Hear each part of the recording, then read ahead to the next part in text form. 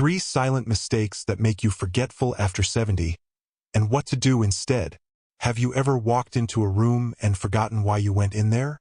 Or maybe you were telling a story and suddenly, the name or word you needed just slipped away. You sit there, staring into space, thinking, what was I just saying? If that sounds familiar, you're not alone. And more importantly, you're not broken. This kind of forgetfulness can sneak up on us, especially after we hit our 70s, and it's easy to chalk it up to just getting old. But what if I told you that some of the memory problems we face aren't just about age, but about silent mistakes we make every day without even realizing it? The good news is, these mistakes can be corrected. And when we do, our memory can actually improve. Yes, even in our 70s, 80s, and beyond. Today, we're going to talk heart-to-heart about 3 quiet but powerful mistakes that can make you feel foggy, forgetful, or like your brain just isn't as sharp as it used to be. And more importantly, I'll share what you can do instead, simple things you can start doing today, right at home, to keep your mind sharp and active. No pills, no pressure, just practical, caring advice that works. So, let's start with something that might surprise you.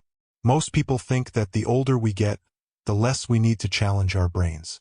They think retirement is about taking it easy, watching TV, doing the crossword puzzle, maybe watering the plants. And sure, that rest is important. But here's the first silent mistake.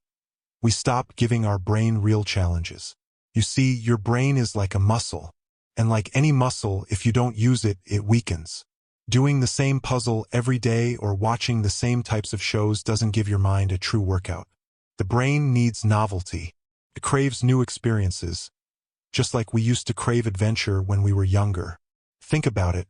When we were raising families, working jobs, solving problems every day, our minds were constantly in motion. But now the pace slows down. And with it, our mental energy can fade unless we do something about it. So what can you do instead? Try learning something new, something just a little outside your comfort zone. It doesn't have to be hard or fancy. Maybe it's picking up a new card game, learning how to use a new app on your phone, or even teaching yourself the basics of a new language, just for fun. Even watching educational videos on topics you've never explored before can light up parts of your brain that have been quietly dozing off. One lovely woman I spoke to, named Balan, told me that after 72, she started watching videos on astronomy. I never paid attention to stars before, she said. But now I can name constellations. That sparkle in her eyes. That's what we're after. A mind that's alive, awake, and curious. Now let's move to the second mistake. This one is a bit more subtle, but just as damaging. It's something many of us don't talk about. And that is not drinking enough water. Yes, really. Dehydration is one of the sneakiest causes of brain fog, confusion, and memory lapses in older adults. As we age, our sense of thirst becomes dull. We simply don't feel as thirsty as we used to, so we end up drinking less without realizing it. But the brain is mostly water. When we're even a little dehydrated, the brain starts to slow down. Thinking becomes cloudy, words feel harder to find, and even simple tasks can seem overwhelming. A friend of mine, Uncle Min, called me a few months ago. He was worried he was developing dementia. He said he was feeling forgetful, tired, and just not himself. When we talked through his daily habits, it turned out he was only drinking 1 or 2 glasses of water a day. That's it. We made a simple plan. He started drinking more water little by little throughout the day. Within a week, his mind felt clearer. He laughed and said, "I thought I was losing my mind. It turns out I was just thirsty." It sounds so basic, but many seniors quietly suffer from chronic dehydration without knowing it. And it affects not just memory but mood, sleep, digestion, you name it.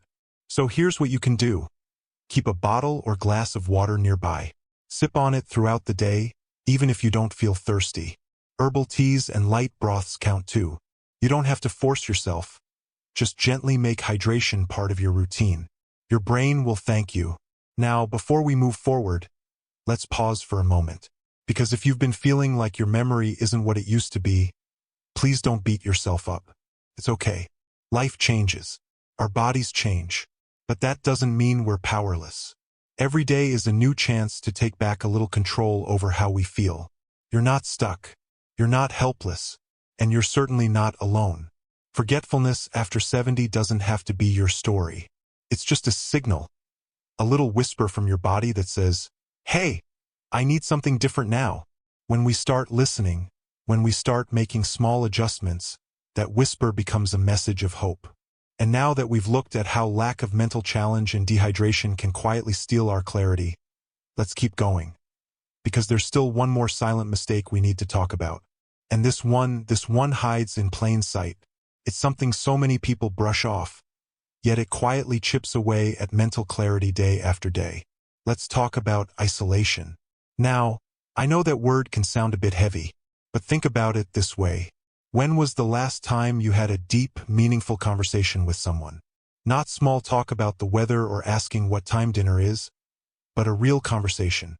One where you laughed, shared a memory, or maybe even learned something new from each other. See, the human brain is wired for connection. We're meant to talk, to share, to listen.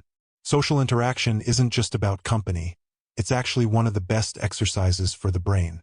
When we engage in conversation, we're recalling names, organizing thoughts, interpreting emotions, using language. It's like a full-body workout for the mind. But when we start spending more time alone, or with people who don't really engage us, our brains get less of that stimulation. And slowly, our memory, alertness, and even our sense of self can begin to dull. The trouble is, isolation doesn't always look like sitting alone in a room.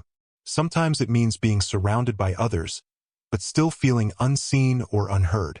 You might live with family or see people at the market, but if no one is truly connecting with you, if no one asks how you're really doing, that loneliness can still creep in. I remember one gentleman, Mr. Tan, who lives just a few blocks from my home. He told me, I have 3 grown children, and they all live nearby. But some weeks, the only person I really talk to is the cashier at the store. That broke my heart, because I knew it wasn't just about missing his kids. It was about missing that spark that comes from being valued, included, and heard. So if this is something you felt, even just a little, please know you're not the only one. And more importantly, there are ways to shift it. Even small changes can make a big difference. One of the most powerful things you can do is start reaching out. Just a little bit at a time. Maybe it's calling an old friend, even if it's been years. Maybe it's joining a local class, a community group, or even just sitting at a park bench where people gather. And for those who are more comfortable at home, there are so many wonderful online communities now. Book clubs, interest groups, or even live streams where people your age come together just to talk and share stories. And here's a beautiful truth.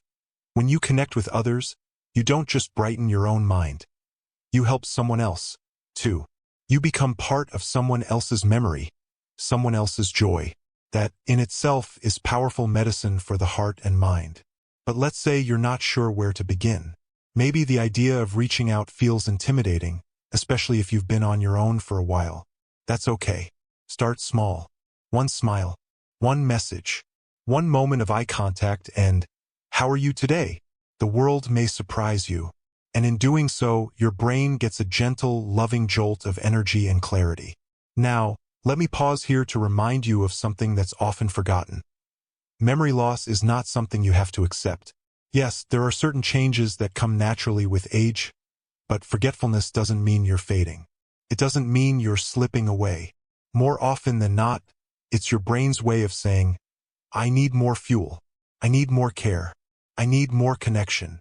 And the best part is, none of these changes require you to overhaul your life. You don't need to take expensive supplements or sign up for complicated programs. You don't need to be perfect, and you certainly don't need to feel ashamed. This journey toward better memory and sharper thinking, it starts with noticing, with being kind to yourself, with making gentle shifts in how you live and love each day. A little more water, a little more mental play, a little more laughter, even if it's just from a silly TV show or a shared joke with a friend. These aren't just habits, they're lifelines. I once asked a group of seniors at a community center, what do you think is the secret to staying mentally sharp? An 84-year-old woman named Mai raised her hand and said, stay curious, stay kind, and don't forget to dance sometimes. Everyone laughed. But you know what? She was on to something. Joy, connection, and curiosity are some of the best brain boosters we have. And they're free. So if you've been feeling forgetful lately, If you've misplaced your keys, or repeated a story to your grandchild, or stood in front of the fridge wondering what you came for, breathe. Don't panic. Don't let fear write your story. Let it be a gentle nudge, reminding you to come back to the basics. You are not broken. You are growing. You are adapting. And every step you take, whether it's sipping more water, reading a new book, or picking up the phone to call an old friend, it all counts. It all adds up. Let this be the moment you choose to nurture your beautiful, brilliant mind. Not because you're afraid of forgetting, but because you're ready to remember who you are and all that you still have to share. So here we are, standing together at a moment of realization. Not just about memory or forgetfulness or age, but about something much deeper. That even in our 70s, 80s, or beyond, we still have the power to shape our minds. That we are never too old to grow, to adjust, and to thrive. Maybe as you've been listening, you've thought to yourself, I've made some of these mistakes. I've let my days get a little too quiet, a little too routine. I forget to drink water. I haven't really challenged my mind in a while. If that's true for you, good. That means you're aware. And awareness is where transformation begins. Remember, the brain is incredibly resilient. It responds to love, attention, and stimulation. Even small shifts, like walking a new route, talking to someone new, or swapping your usual TV time for a puzzle or a game, can begin to wake things up again. Your memory isn't gone. It's just waiting to be nourished. There's a beautiful peace that comes when we stop blaming ourselves for feeling off and start taking small, compassionate steps forward. You don't need to memorize phone books or do mental math to stay sharp. You just need to live in a way that keeps your brain involved, awake, and included in the life around you. One day, not long ago, I was sitting with a retired teacher named Kohan. She's 78, sharp as a tack, and full of stories. When I asked her how she keeps her memory so strong, she smiled and said, I talk to my grandchildren every week. I try one new thing a month, and I still write in my journal every morning. Even if it's just 2 lines. I don't try to remember everything. I just try to care about what's happening around me. And maybe that's it. Maybe memory isn't just about function, it's about connection. The more we care about the people, the ideas, and the moments around us, the more our minds stay alert. It's not about clinging to the past. It's about staying present, because right now still matters. So, let's take a breath together and remind ourselves of what we've uncovered. We talked about how stopping mental challenges can quietly weaken our minds, but that by learning something new or doing things a little differently, we can spark curiosity again. We looked at how simply not drinking enough water can lead to sluggish thinking, tiredness, and forgetfulness, but that a few glasses of water throughout the day can work wonders. And we uncovered the weight of isolation, not just being alone, but feeling disconnected, and how reconnecting, even in small ways, can light up parts of the brain that have been left in the dark. These are not overwhelming tasks. You don't have to do them all at once. But maybe today you choose one, just one. Maybe you refill that glass of water next to you. Maybe you look up a video about something you've never explored. Or maybe you call that friend you've been meaning to reconnect with for years. And if your first thought is, but will it really make a difference? Let me tell you, yes. Yes, it will. Because every action you take, no matter how small, sends a message to your brain. I still care. I still want to be here. I still have something to give, something to feel, something to learn. The truth is, aging can feel like a series of losses if we let it. But it can also be a season of rediscovery, of wisdom deepening, of presence growing. You've made it this far with a life full of stories, heartache, laughter, and lessons. And now, right now, is the perfect time to keep writing your story with intention and love. Your memory is not your enemy. It's your companion. Sometimes it needs a little encouragement, a little light. And when you offer it that, through curiosity, hydration, connection, it responds. I want to thank you for being here, for listening, for caring enough about yourself to seek out answers, and for showing up, not just for this video but for your life. Because you matter. Your mind matters. And no number, whether it's 70, 80, or 90, can take away your ability to choose what kind of life you want to lead. If anything we talked about today resonated with you, I'd love for you to share your thoughts in the comments below. What have you noticed about your memory lately? Have you tried anything that helped? Your story might just be the light someone else needs. And if you found this video helpful, don't forget to give it a like. That helps more people see it. And of course, if you'd like more videos like this, focused on senior health, happiness, and practical wisdom, hit that subscribe button and join our growing community. We're in this together, one step at a time. You are not behind. You are not too late. You are exactly where you need to be. And there is so much still ahead to look forward to, if you choose to keep walking with curiosity and kindness. So here's to you, to a sharper mind, a brighter heart, and a life filled with meaning, no matter your age. Take care of yourself. Drink your water. Call someone you love. And don't forget, you're doing better than you think.